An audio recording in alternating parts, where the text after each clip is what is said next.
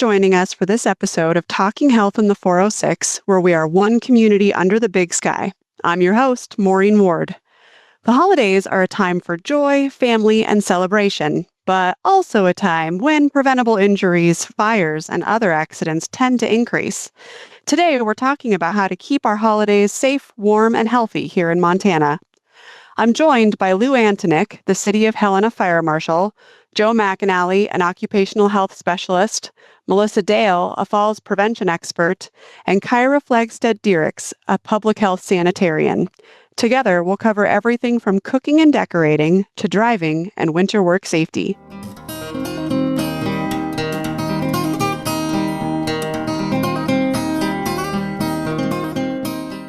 Hi, everybody. Thanks for joining today. The first thing we'll do is go ahead and go around and just please do a quick introduction. I'm Joe McAnally. I'm the Occupational Safety and Health Manager for the Department of Public Health and Safety. Hi, I'm Melissa Dale, and I'm the Program Manager for the Falls Prevention Program. Lou Antonick, Fire Marshal for the City of Helena, Montana Fire Department. Kyra Flagstead-Diericks, Public Health Sanitarian with Environmental Health and Food Safety Section. Thanks again for being here today. The holidays are such a wonderful time in Montana, full of family and food and fun. But, I think one of the things that we don't like to think about is that it can be a big time of year for injuries and illnesses. So today we wanted to bring this panel of folks together to talk a little bit about how we can keep the holidays safe here under the big sky. So I wanted to start with a general question for the four of you. What do you think are some of the biggest safety concerns during the holiday season? As far as workplace injuries, what we see a lot all year round is slips and falls, but it really increases during the winter months. Try to encourage everyone just to pay more attention to what they're doing, wearing good footwear, slowing down whether they're walking or driving, for work or coming to work and things like that. So really taking your time, slowing down. Yeah, we don't always think from day to day, right? It's the little things like getting out of our car when it's icy that can be a real concern instead of some of the bigger things that we do. The holidays, they are a fun, festive time. Sometimes we kind of let the safety precautions go a little bit. And so just being aware of what's around you and understanding, especially for falling, understanding what is around you and how you need to stay safe. We've got some great topics to cover today. The first one, I know that I am one of those people where it is after November 1st. And so I call it my soft opening for the holiday season. I already have some Christmas lights up and a tree. Don't worry, I promise Thanksgiving will get her fair due, but I love this season with all the lights and everything is so pretty. But with decorating being such a big part of the holidays, I think it's also important for us to remember that there's a lot of danger that we have to keep in the back of our minds around, fire danger and other dangers around decorating. So what should people keep in mind as they're preparing to set up their holiday decorations, their Christmas lights, etc.? Right out of the chute, the first thing that we tell people is to take a look at their decorations, like their Christmas lights. If they have frayed or old Christmas lights, or strings of lights that are in rough shape, get rid of them, get brand new lights. Make sure that they're quality listed. Listing means looking at the labels to see if they're UL listed or whatever listing agency there could be, ETL. Don't overload circuits. We see that quite a bit, where people are really overloading circuits in their house. You want to be careful with that. Making sure that if they have a live cut Christmas tree, cut 2 inches off the bottom. You want to look for a healthy tree if you go into a lot. And then you want to make sure that you have the tree in water and don't let it get dried out. Once it gets dried out, then we run into problems. Keep it 3 feet away from, heat producing equipment. Candles are a big issue. Make sure that, you're using candles safely. Don't have them next to vertical blinds or drapes or things like that, or where they can catch things on fire. Don't, if you put it in a commercial building, make sure that it's not in an area where it's a means of egress that gets blocked, things like that. Just some of the standard stuff. And then, of course, you want to make sure you have your smoke alarms are fully operational if something does happen.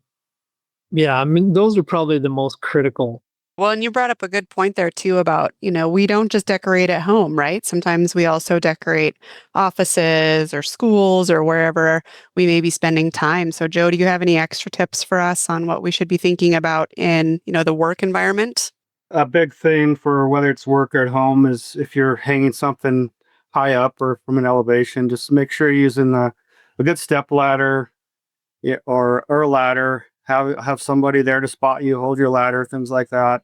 But never stand on like furniture that's unstable, or like a fold up table or a chair with wheels. At work we've had injuries because of that have ended up being pretty severe. So same type of things at home.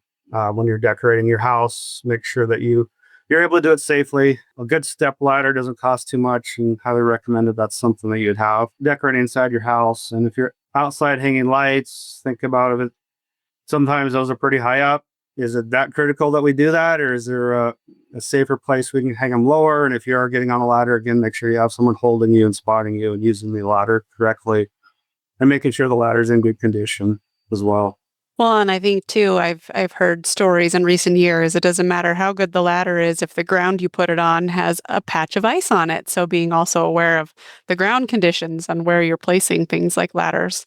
It's a good reminder. And I think too, is there's other potential fall hazards, I think, Melissa. Is there anything else you want to draw attention to in that area? Yeah, there's some things that people really don't think about when you're decorating.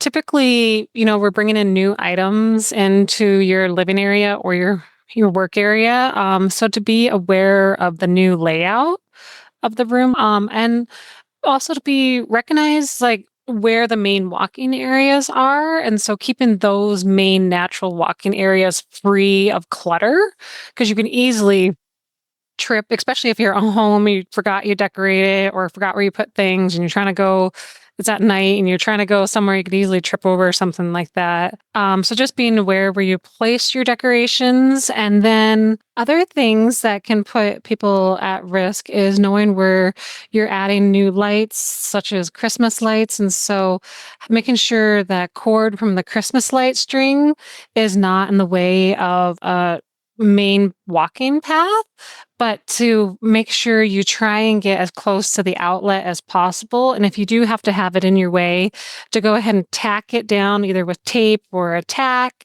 and put it onto along the wall. So that way there's no risk of tripping over any Christmas lights or cords from your decorations.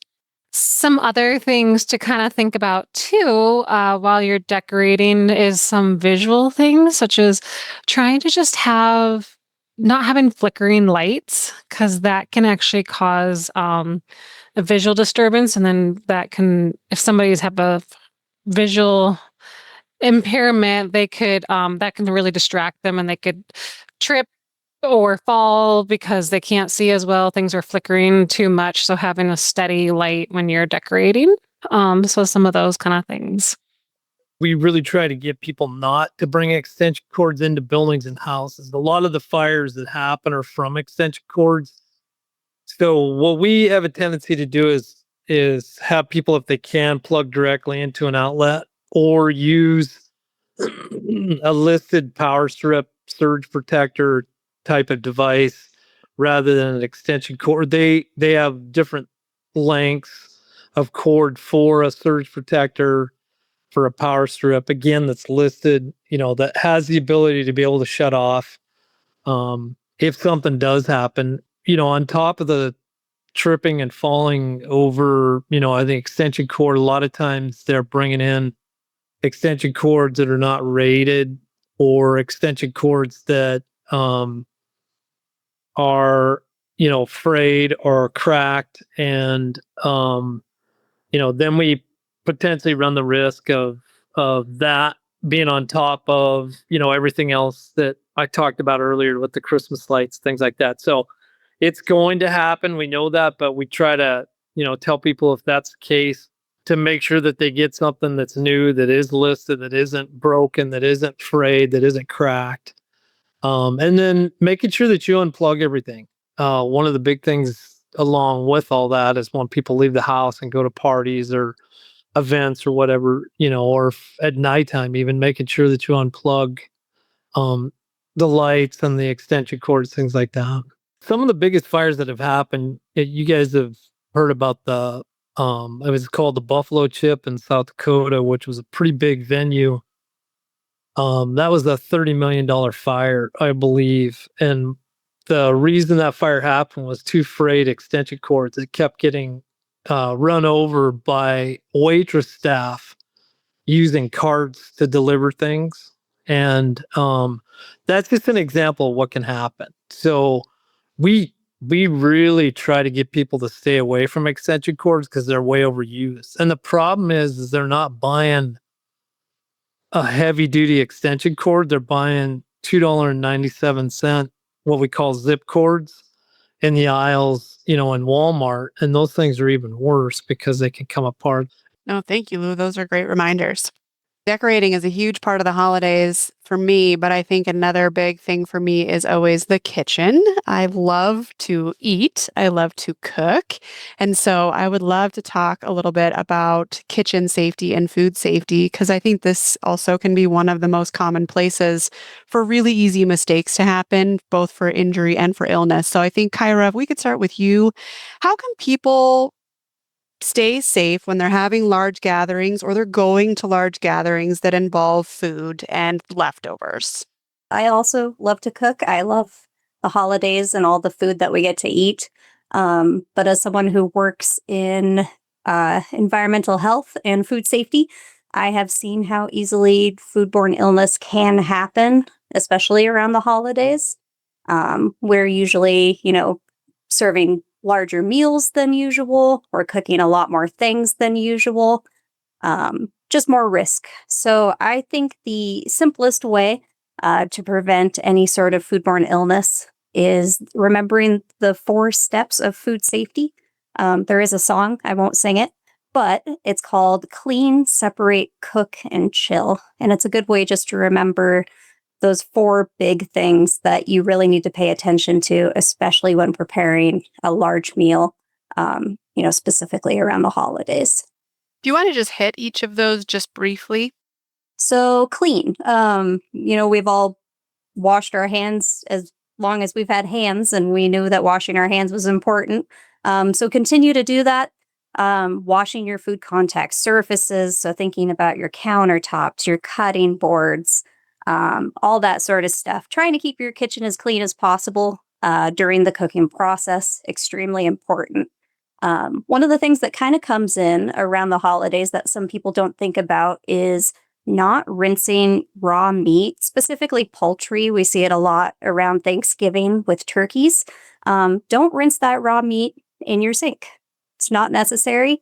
And there's been studies done that actually shows that washing these types of foods makes it more likely for bacteria to spread to areas around your sink and around your countertop. So it's not necessary, so don't do it. Separation, same sort of thing. Keeping your raw stuff away from your pre-cooked stuff. Trying to use different cutting boards in between our raws and our cooked foods, and making sure that we're not cross-contaminating. When we go into cook, a lot of people think that color is a reliable indicator of doneness, but you should use a food thermometer. Make sure that stuff is cooked all the way through, and we're not just going off time or look. Especially with turkey, as we get into the holidays, and turkey's a big one. Using that food for thermometer is extremely important, and putting it into the thickest part of the bird. There's some really great videos online that'll show you exactly how to temp your turkey. But when it reaches 165, that means it's done, but you have to know where to check it. So usually into that innermost part of the thigh or the thickest part of the breast. And then chill. Chill's a big one as well. So usually with big holidays, we have a bunch of food. It's all out on the counter. Everybody's eating and picking at it. But we don't want it out there all night. So for safety reasons, we don't want that bacteria to grow in that food. We want to get it chilled down and cooled as fast as we can. So trying to get that, leftovers and your holiday spread into the fridge within 2 hours is a really good number to aim for. That's going to include anything that needs to be refrigerated. So think of your pumpkin pie, your leftover stuffing, things like that. And then with chill, you also think about defrosting, especially with turkeys and that sort of thing. We don't want to defrost on the countertop. We don't want to float that turkey in the bathtub. We want to give us plenty of time. So, for example, a 20-pound turkey usually needs 4 to 5 days to thaw completely in the refrigerator. So that's the best way to do it. Get that frozen turkey, put it in the fridge, and defrost it that way. Yeah, that's a good reminder. I know even at home, sometimes I put something in the fridge the night before and go to cook it the next night. And, it might only be an 8-pound chicken, but it's not totally defrosted yet. And I'm like, luckily it's not a big holiday dinner and I can save it for the next night. But it never ceases to amaze me how long it can take those big birds to thaw out in the fridge. And other great reminders too. I know, one that always I have to think twice about is this worth putting in the fridge? How long has it been sitting out? Is it still going to be good tomorrow? And sometimes it's a hard decision to throw food away, but sometimes it's the best decision. Yes, 100%. One of our big mottos in food safety is when in doubt, throw it out. It's not worth the risk. Great. Well, I love that. When we are talking about the kitchen too, Lou, I think there's a lot of people doing things in kitchens that they don't do other times of the year. Do you have any general safety reminders for things you see around the holidays as far as kitchen fires, cooking safety from that perspective? Cooking fires are typically the leading cause of fires in the country. So when you go back and you look at the statistics through National Fire Protection Association, you'll see that. And a lot of it has to do, I think it's even more prevalent now. One of the big reasons is if you're in the kitchen and you're cooking and you're boiling something or you're frying something, you need to stay in the kitchen. We talk about the 3-foot rule around the stove or the oven. No combustibles. A lot of people have, combustibles or towels or decorations or whatever else that may be too close. And then, if you're baking something, you need to check on it. And, obviously you don't want to have kids around the stove, young kids around the stove. And, things like leaving the handles turned in and stuff like that. If there is a fire, turn off the stove, cover it, slide a cover over it. Don't remove the cover or the lid. I shouldn't say cover, I should say lid. If it's in the oven, shut the oven off. Don't open the oven door, and feed it oxygen. Let it smother. And then one of the things that we see is, people have a tendency to panic and grab the pan and try to run outside with it. And we've seen some horrible accidents, and people burn pretty severely with that. And, things like gauging the amount of oil you're going to use if you're going to fry something, deep fat fry something so that it's not spilling over onto a hot stove. I mean, it's going to catch quickly. Be careful with a fire extinguisher. People go for a fire extinguisher, and you may have a tendency on some fires because it's the wrong extinguisher to spread fire in the kitchen. Again, not having smoke alarms, smoke detectors in the kitchen area or near the kitchen area. This is why we talk about sleeping area and adjacent to sleeping areas, is because we don't want false alarms all the time. The old saying about don't use the smoke alarm as a thermometer. But I would say the biggest thing is that people, can get preoccupied with binge watching a TV show or on their phone or whatever else, and forget about the fact that the stove is on or the oven is on and that they have something in there, and it's important for them to stay there. I would say that particularly with oils and things like that, you need to be really careful because I think that's probably one of the higher rates, where we see fires happening because of, the stuff boiling over or getting too hot or whatever else. That's some basic stuff, with cooking safety as far as fires are concerned. Great. Thanks, Lou. Yeah. And I think, when we're talking about having these big food centered festivities in our homes, we are often bringing people into our homes that are not used to that environment. And so I wanted to talk a little bit about how we can address other safety issues in our homes as we're welcoming people into them. So, Melissa, maybe you could talk a little bit to us a little more about, especially if we're hosting older guests, how we might help to prevent any slips, trips, or falls for our guests by how we arrange the furniture or anything else we can do with lighting or reduction of other trip hazards. Some of the things that you can do first, like as the outside, just making sure that if there is snow and ice, just to be sure to clear the path for the guests to come in. If you have any steps or stairs, to ensure that those railings are secured, and then providing exterior lighting. So that's just coming into the home. Once you get somebody in the home, some things to think about, especially when you have guests, is just knowing that, once you have some of those holiday decorations up, it can create some new shadowing. And so just to be aware of maybe put light where there's some new shadows. Like if you have a Christmas tree, it might be blocking an area out. So you want to add some lighting there so people don't trip or stumble by accident. Um, for, especially if in older adults, making sure you have seating available, and especially if they have to use a walker or cane or a wheelchair, that you have enough room for them to be able to maneuver, getting in and out of a chair with their assistive device there. And then if you do have an overnight guest, think about including some night lights in the hallways, stairs, and bathrooms, just to keep everybody safe. Don't want the holiday season to be tampered by having an accident, a falls accident there. No, that's a great reminder. I always appreciate night lights at other people's houses because I never want to turn a big blaring light on. But of course, I don't know my way to, the restroom in the middle of the night. So I think that's one great tip, and all of them are great tips. Thinking about also having overnight guests, Lou, did you want to talk? I know you addressed smoke detectors earlier, but did you want to talk a little bit about any other kind of sort of house monitoring devices, like possibly a carbon monoxide detector? Yeah, absolutely. One of the things I think that is most overlooked that it's important for people to do is escape planning.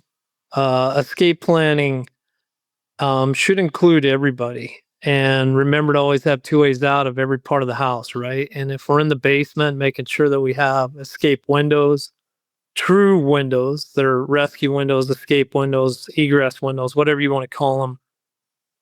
We shouldn't have people in a basement if we don't have two ways out. That's critical.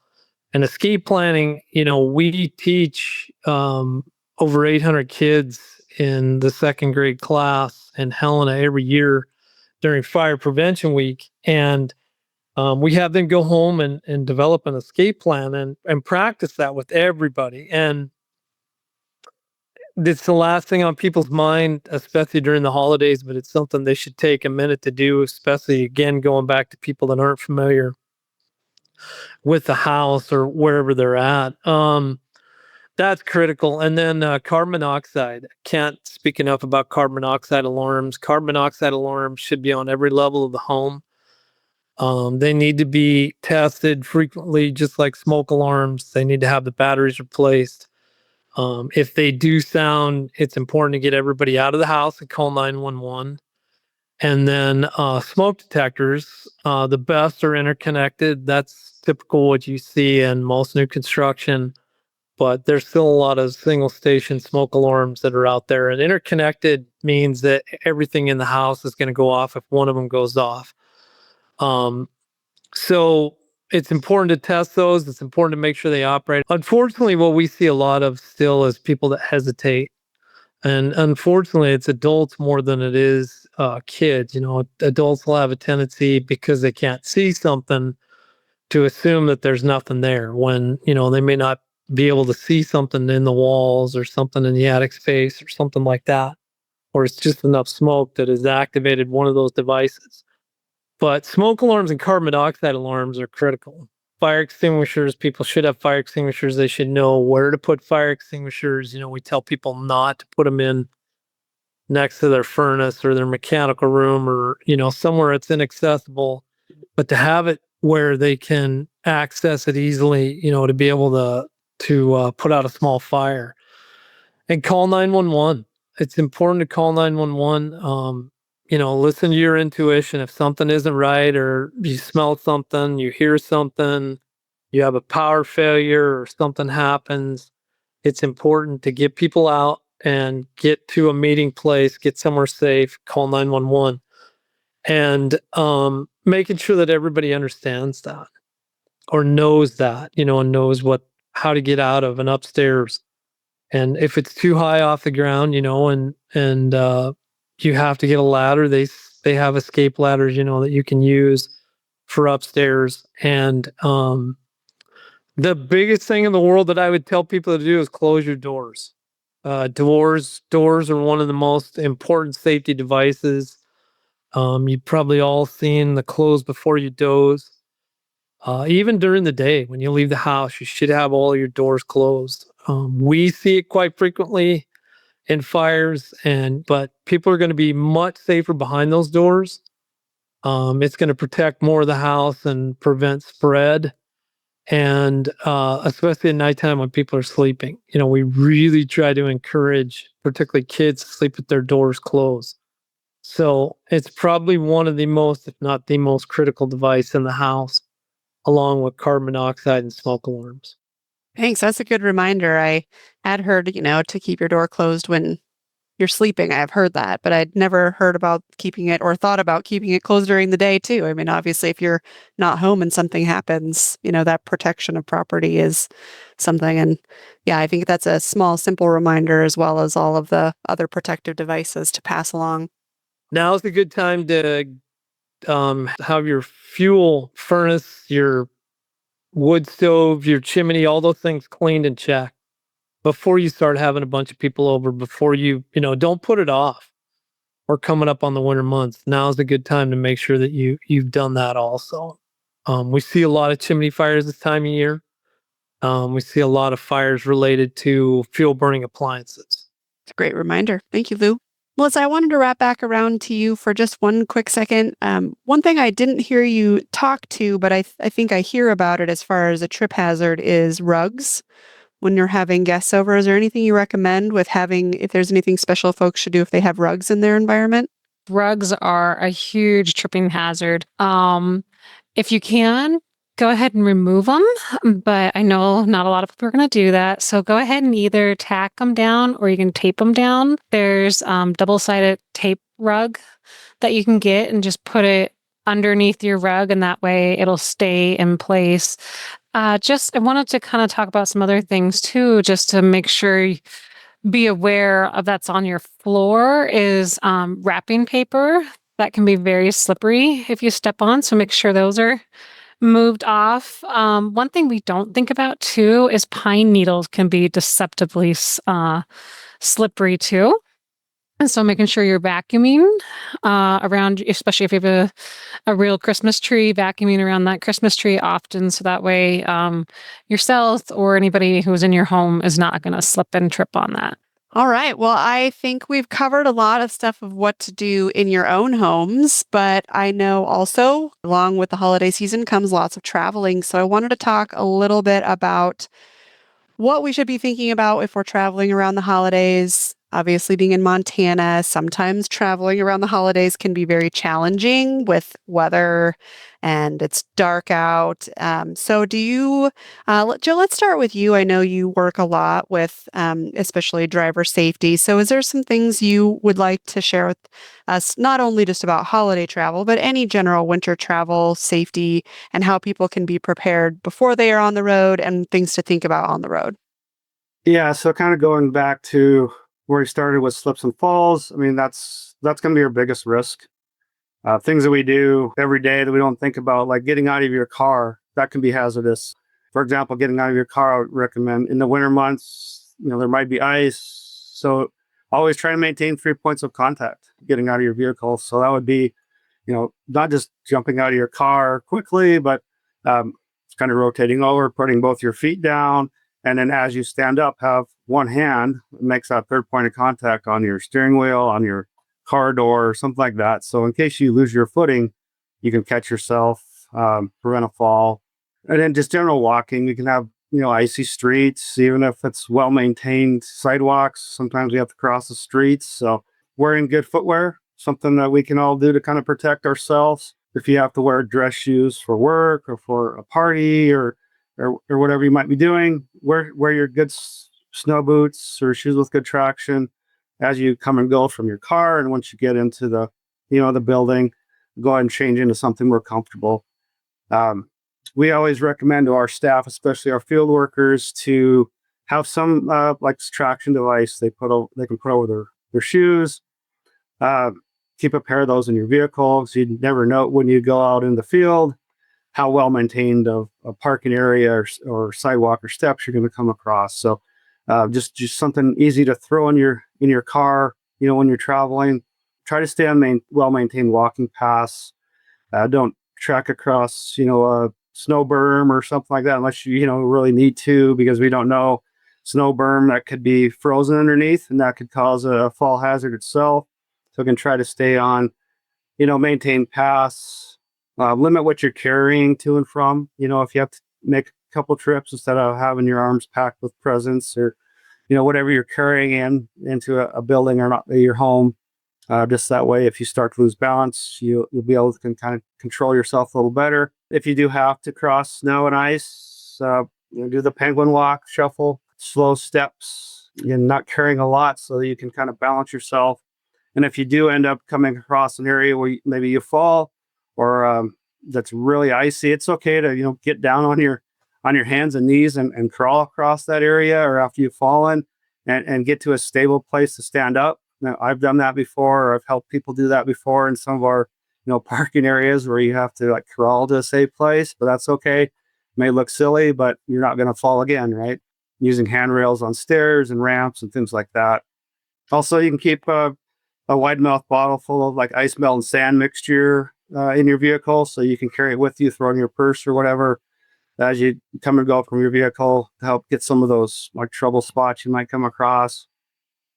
Always be thinking about potentially black ice, and whether it's driving or parking lots, places that are shaded, especially in the mornings. It may look clear and safe, but it can have black ice on it. It can definitely be a tripping hazard. Avoid distractions, of course, of talking on the phone or texting while you're walking, especially in the winter months. Tile floors, we need to make sure, whether it's the kitchen or entryways, if there's a spill, a lot of times snow gets tracked in the winters.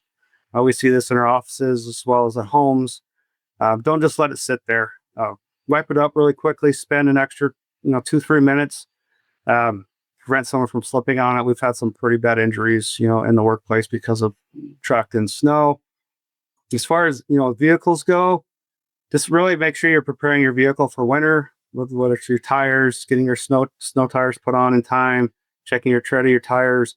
Tire pressure can change in the colder months, so have a tire gauge. I know a lot of us rely on like the gauges in your vehicle, but it's also good to have an actual gauge with you in case there's a malfunction with your vehicle sensors. As far as traveling, you want to try to keep at least a half tank of gas in your vehicle to help prevent gas line freeze ups if it gets really cold. Check your defrost to make sure that works. So I'd recommend changing your wipers out before the snow hits.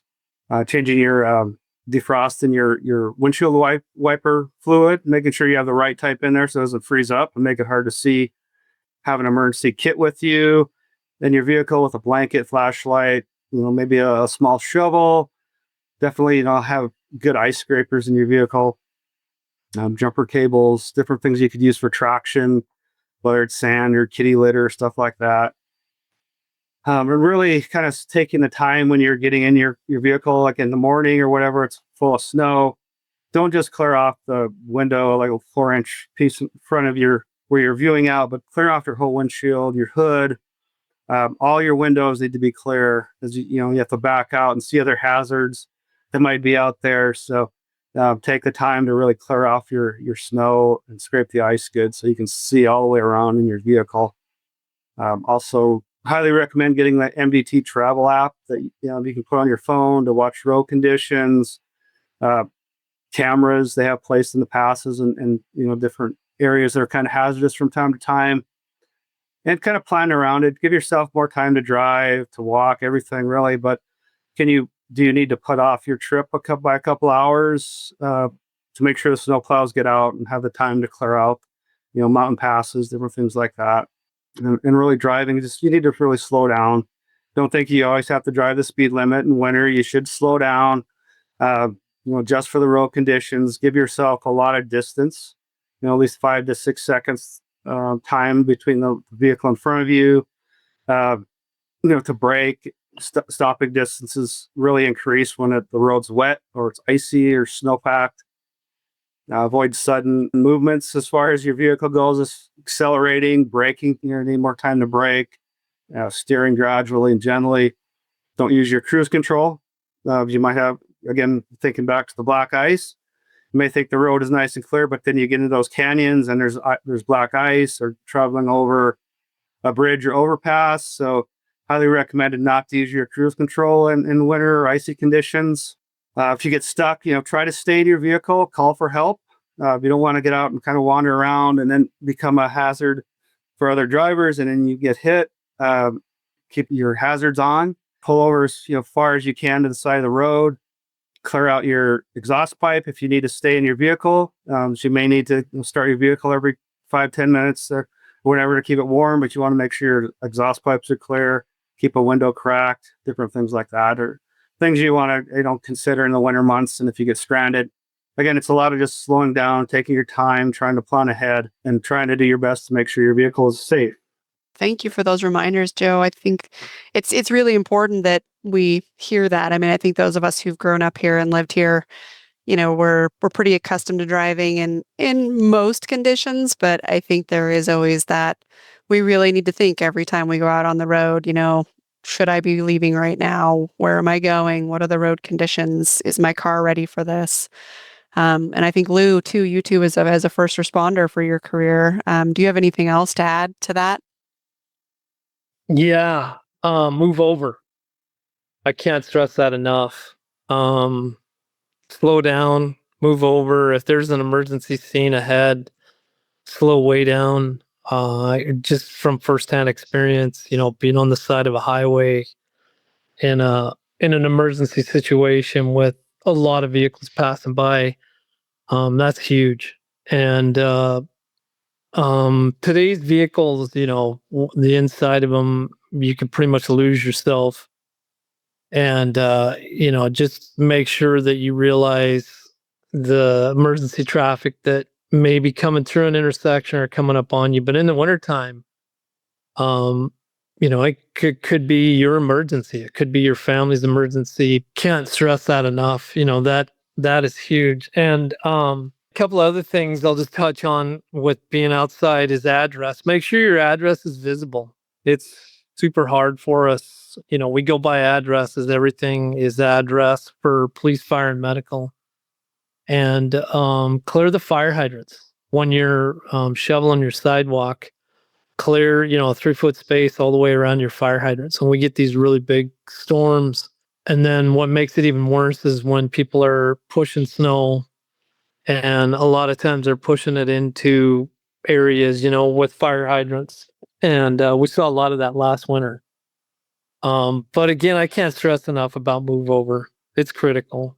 I think it's just a reminder too that if it really is not great road conditions or your car is not up to snuff, please stay home. It stinks to miss the holiday party at your family or friend's house, but it's more important that everybody's still around tomorrow to continue to celebrate holidays together in the future.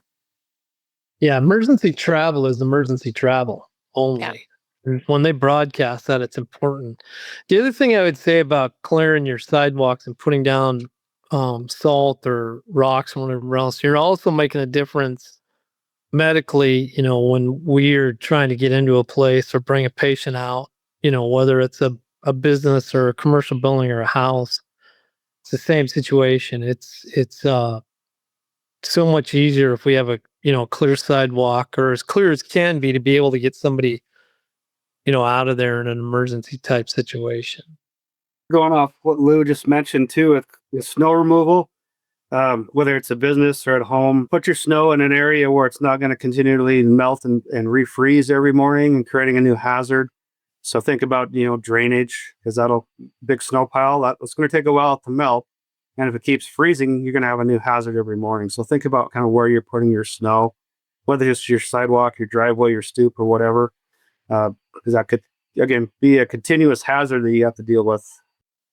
Yeah, we have an area of our driveway that is always a puddle, and in the wintertime it's always a patch of ice, and it's a little bit unavoidable, unfortunately, until we redo our driveway, but it is something we're at least aware of. But it is like, if we had any way to avoid it, we could. And I think, it's a good reminder for other folks, like, push the snow where it's not going to just be melting right back into the middle of your driveway and turning into a sheet of ice. Yeah. And I think, Joe, you did a great job of talking just sort of in general about some of the other safety concerns about winter in Montana as we start to get the weather coming in here around the holidays. And I wanted to see if anyone else had anything else they wanted to add around other safety tips or advice you have for folks as we start to deal with the challenges of ice and snow coming into the holiday season. Lighting is critical inside of the house and outside of the house. Anytime, obviously, but particularly in the wintertime, or, in conditions where there's a lot of ice and stuff like that. I think that lighting is pretty critical, to be able to maneuver from outside to in or around the house or whatever else. It's pretty critical. Yeah, it's so hard now with it getting dark at, 5 o'clock at night before even some people are home from work. So, yeah, leaving those outside lights on that we don't always leave on during the rest of the year so we can see getting into our houses even. Yeah. Take your time. Don't rush. When you're rushing, that's when accidents happen. If something does happen, such as a fall, don't delay seeking treatment. Sometimes people think, oh, well, the hospitals, I don't want to burden the doctors or something like that. It's the holiday season, but make sure you go get help immediately so that way you can recover fully. And as we get ready to wrap up, does anyone else have any other last minute takeaways or safety tips just to keep Montanans safe and healthy this holiday season? Yeah, lithium ion battery safety. Everybody has probably heard, particularly in New York City, the bigger cities, where they're having problems. There's a lot of e-bikes, almost everything. I mean, we're never going to get away from it. We see it here in Helena. Have seen it in, a commercial setting and residential setting. It's important that people understand that and, respect that. So, manufacturer's recommendation, don't overcharge. When you leave, make sure that you unplug the chargers. Only use the batteries that are designated for that device. One of the problems they have in New York City has brought up, which I concur with, is charging these bikes and stuff like that out in hallways or in areas where people need to be able to have a means of egress, and then they can't get out. Battery disposals, check with your local folks and find out, how to dispose of those properly. Um, Problems, obviously, if you see a malfunction, or if there is a malfunction or something's wrong, obviously don't use that. The reason why I bring it up, obviously, is because, the fact that people are going to be using a lot of them for various things during the holidays, like they do throughout the year, but also because we may end up with gifts or whatever, with the lithium ion batteries. But they're pretty unforgiving when when it does go sideways. And the problem with them is when they run away, and you end up with something happening with them. Everybody's seen the videos about, how dramatic and devastating it can be. So look at your manufacturer's instructions. They'll give you a whole list of them, and it's important to take a quick look at those and see do's and don'ts, before you start to use whatever device you're using. We've seen some pretty unfortunate events, in residential structures and significant commercial structures, not just business occupancies, but institutional occupancies, things like that, where these things have caught. And so just be careful with it and be aware of it. Yeah, I remember a couple years ago, one of the big, top 10 gifts for kids for Christmas were those rechargeable hoverboards where you balance on it with 2 feet and they're rechargeable with the lithium ion batteries. And they turned into a whole thing on flights and, lots of warnings were going out about possible fire hazards, especially since, when you're buying things off of Amazon, you're not always reading all those labels and you might not be getting the highest quality product that's been certified. And I remember there was a big issue with those. So we never know what's going to be ending up under our Christmas tree, this year. I don't know what the top 10 gifts are, but seems like rechargeable is certainly, the way of the world these days. And all of those do come with some level of fire hazard. So I think that's a great reminder that, just because it doesn't plug into the wall all the time doesn't mean that it doesn't potentially pose a hazard. We talked a lot about driving and travel and going to parties and relatives' houses. If you are going to prepare something ahead of time, just remember we want to keep cold food cold and we want to keep hot food hot. So if you can, pack a cooler to keep your cold food cold, or if you have a hot dish that you're delivering, think about getting one of those insulated bags that you could put maybe your crock pot or your hot dish into. Similar to like a pizza delivery bag. We like pizza better when it's hot and fresh. Same with all of our other food. We want it to be hot if it's meant to be hot. One thing that also comes up around the holidays, similar to washing that turkey in the sink, is the stuffing or the dressing. Depending on where you're from, people call it different things. It's actually not recommended that you cook your stuffing inside the turkey. You can, obviously, if that is the way that you do it, but I would recommend mixing your wet and dry ingredients separately and then combine them right before you put it in the turkey. And your turkey, if you are going to stuff it, it shouldn't be stuffed full. It should actually be stuffed loosely, about 3/4 of a cup per pound of turkey.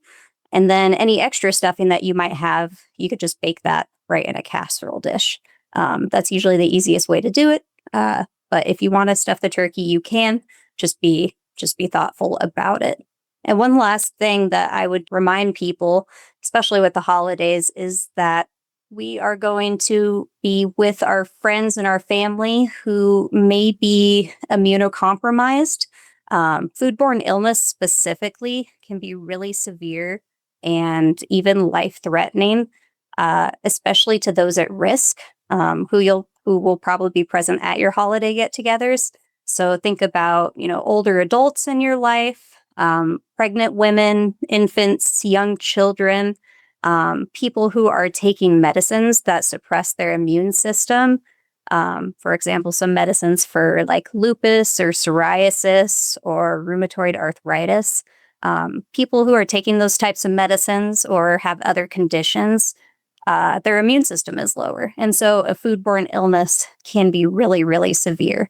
So just be aware and make sure that, we're keeping our food safe and our kitchens clean, and nobody wants to get anyone sick. Well, I'd like to thank all of you for joining today. This has been great, and I think it will be a great opportunity for Montanans to just get some great reminders and hopefully learn something new. I know I learned some new things today about holiday safety that I can take home and tuck in my back pocket. So happy holiday season to everyone out there, and I hope everybody has a great new year. Thank you for joining us for Talking Health in the 406, where we are one community under the big sky. A huge thank you to my guests for sharing their time and expertise to help keep our Montana holidays safe, healthy, and full of joy. As you celebrate this season, remember, take your time, plan ahead, and check on your neighbors. Whether you're decorating, cooking, or traveling, a little caution goes a long way. For more resources, please visit talkinghealthinthe406.mt.gov. And if you found this episode helpful, please rate, review, and subscribe. It helps us to reach more Montanans like you. Until next time, take care, stay warm, and stay safe under the big sky.